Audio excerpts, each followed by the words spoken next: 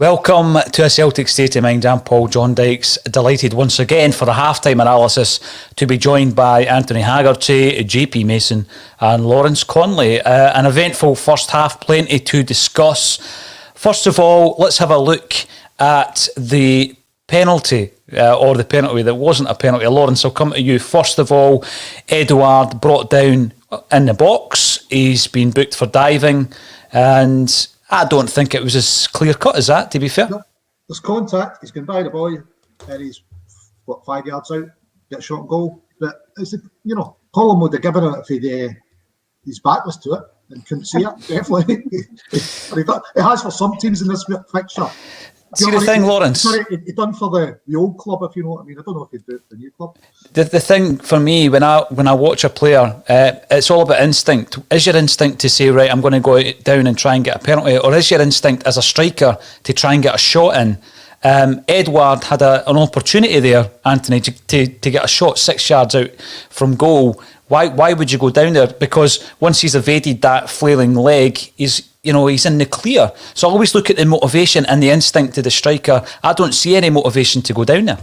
No, I mean he could have taken it first time as well, but he's chosen to go around the player, and there's contact there, slight or whatever. But once you're doing that and you're shaping up like Edward to go around, you're going down.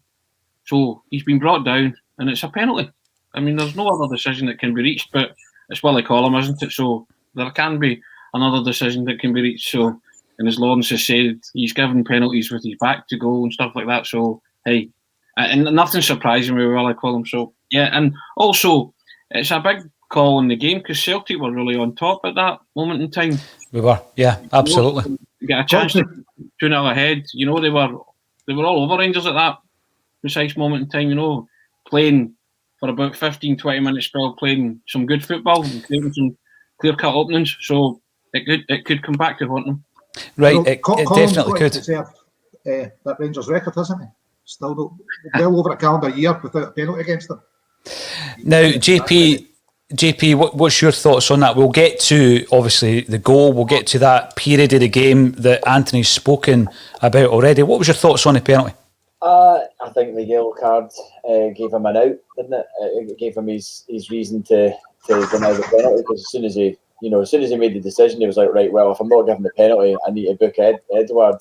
And you saw Edouard's reaction. He's not the type of guy to get angry, but I think he's just disbelief at, I've been fouled in the box and yet I'm not getting the penalty. So it's one of those. Remember the game when Lee Griffiths was through and goal and the boy absolutely hauled him down in the last minute? Clint Hill. Hill, yeah. I mean, it's one of them, isn't it? It's like, well, how do we not get a penalty here? I know. I mean, let's have a look at some of the high points of that first half, because I agree with you, Anthony. Celtic certainly were in the ascendancy. I wasn't getting too carried away, because we have seen that in the first half of various games this season, no less than the game against Rangers in January. We've seen us playing well for 60 minutes at a time, often. I'm not sure we've seen a full 90 minutes. But there was certainly a period of that game, and particularly down the left-hand side, where we were cutting through the Rangers' defence, and there was nothing to suggest to me that we still can't win this game. No, there's nothing to suggest they can't win the game. But again, criminal defending from a set-piece. Now, is that not the third goal that we've conceded from a set-piece against Rangers this season? Somebody might enlighten me now, but I think it's 3, isn't it? Conceded from a set-piece at Ibrox, didn't they? Yeah. Morelos' goal there, and also did Goldson not score from a set-piece in the first game at Celtic Park? Yeah, did I? Correct me if I'm wrong. Yeah, so, no, and then there was that stat at Livingston where was it like 43% of our goals were conceded from set pieces. So that stat's really gone up as well. We just can't seem to defend set pieces. I mean, it was poor. But Tony, even more frustratingly, it was giving that corner away. Yeah. That was a dreadful corner to give away. I mean, Bain scrambling to try and keep the ball in the park. So you're giving him that opportunity. When you look at the goal, again, I'm a massive fan of Chris Ayer, but look at his challenge for that header. He's facing. It's not as though he's not well positioned. He's facing the ball. He's facing the ball with his back to his own goal. He's nowhere near the first header. But then the second header's even worse because John Joe Kenny, if you look at him, is in no man's land. He's no marking anybody, and Morelos is nipped in behind him. These are all basic things, Tony. That's the biggest frustration, isn't it? You knew Morelos was going to score today, didn't you? That kind of sums up the kind of tin lid on your season, really. You know that Morelos breaks his duck in this fixture finally. You know, and Super Ali was laughing in the commentary box, the Sky commentary box, and you know, so you're just thinking, right, fair enough. But yeah, I mean, what's Ayer doing? The old jokey, you couldn't get a Rizzler paper underneath him, you know, for that jump. You know, what did he do in training when you're supposed to be defending set pieces? The guys actually go and contest and win headers, or I mean, so many times this season that first ball has caught the Celtic defence out, hasn't it? Is that the biggest area of the park, the biggest concern, JP, for the summer rebuild? A couple of centre-halves. Because, I mean, I was looking at that. I think Welsh, by the way, has another good first half there. But Ayer probably will be on his way. We know that AC Milan are interested in him. Chris Julian's off until September, October time with his injury. We need a couple of centre-halves, and we need big, imposing centre-halves. I mean, I don't mean just big clobbers, because I thought we were getting that with Shane Duffy, and, you know, it didn't work with him. But we need two quality centre-halves. That's the first part of the rebuild for me, JP. Yeah, it is. And well, you go back to Neil Lennon's comments at, I think it was his last post-match after the Ross County game, where he basically said, they asked him about set pieces again, and he said, you know, I've tried everything. And they're not listening, and they clearly aren't still not listening, because there you go, another one to add to the collection, of which is, you know, a huge collection of this season's goals have been from that same sort of situation. So yeah, I was just texting a friend there, and she was like, you know, our defence is shocking. Chris Ayer, you know, as soon as he comes up against half decent opposition, he doesn't do the business. And then I said, well, we need to win a watch to bring in somebody better than Chris Ayer, I think, you know. So what would you need to spend to bring in somebody better? You're absolutely right. You're right. There are aspects to his game, and I'm continually reminded of this, that he needs to improve on. But at that stage, is he ever going to improve on that? Because that's the basics of defending, isn't it? Defending a cross or a corner kick coming in. Lawrence, I've got to say, I was pretty impressed with the link-up play between El Yunusi and Eduard.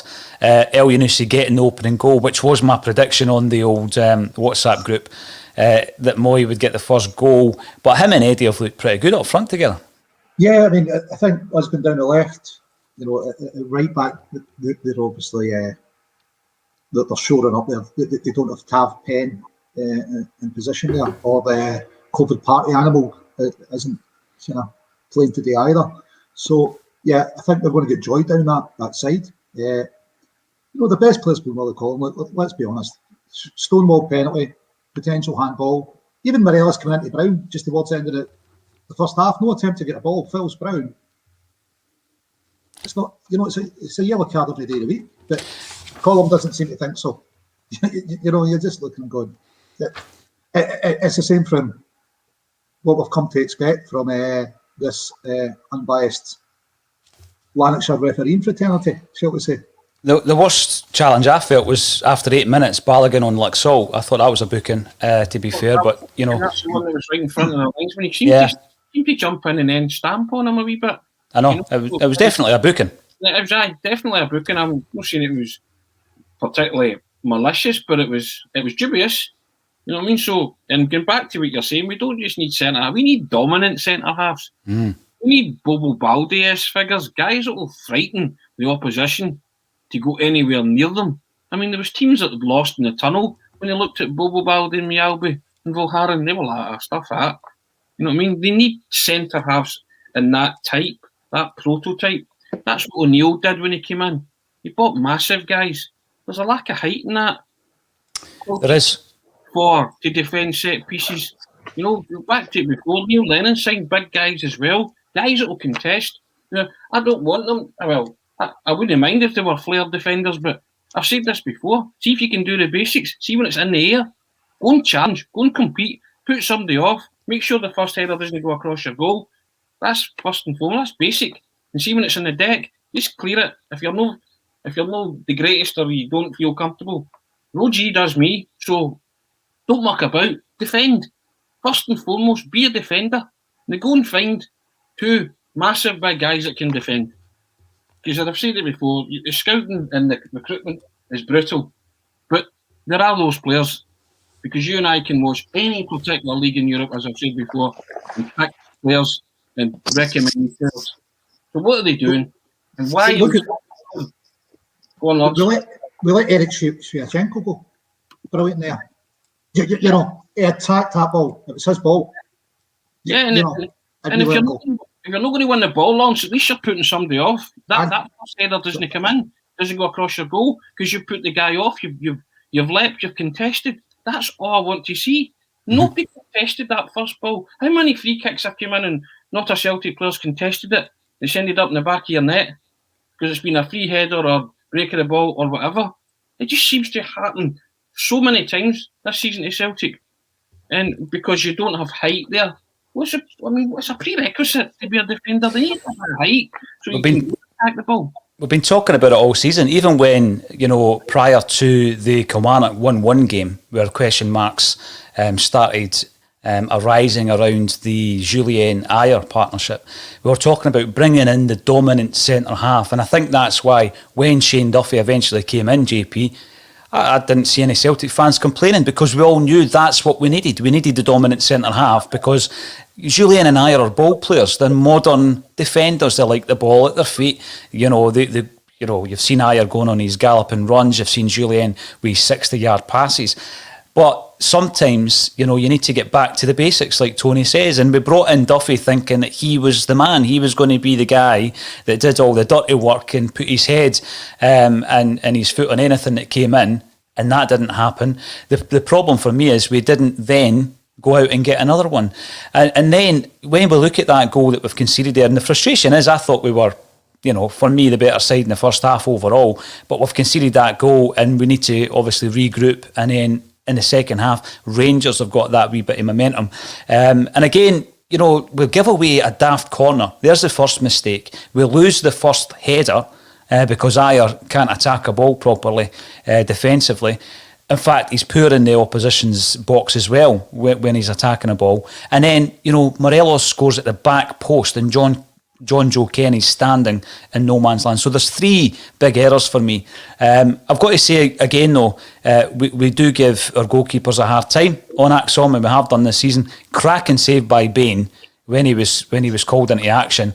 JP, Scott Bain, does he have a future at Celtic? I'm not just judging that on one save, but obviously the goalkeeper's situation is another one that needs to be addressed.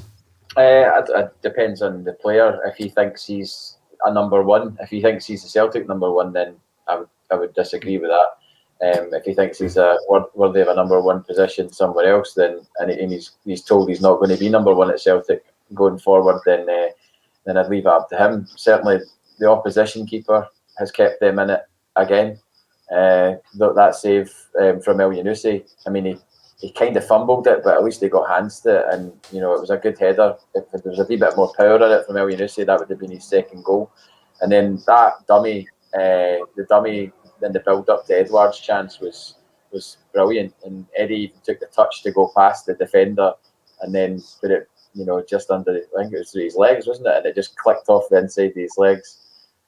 That would have been good. But yeah, they've got somebody that picks them up, and has won them many points this season. We need to have somebody like that as well.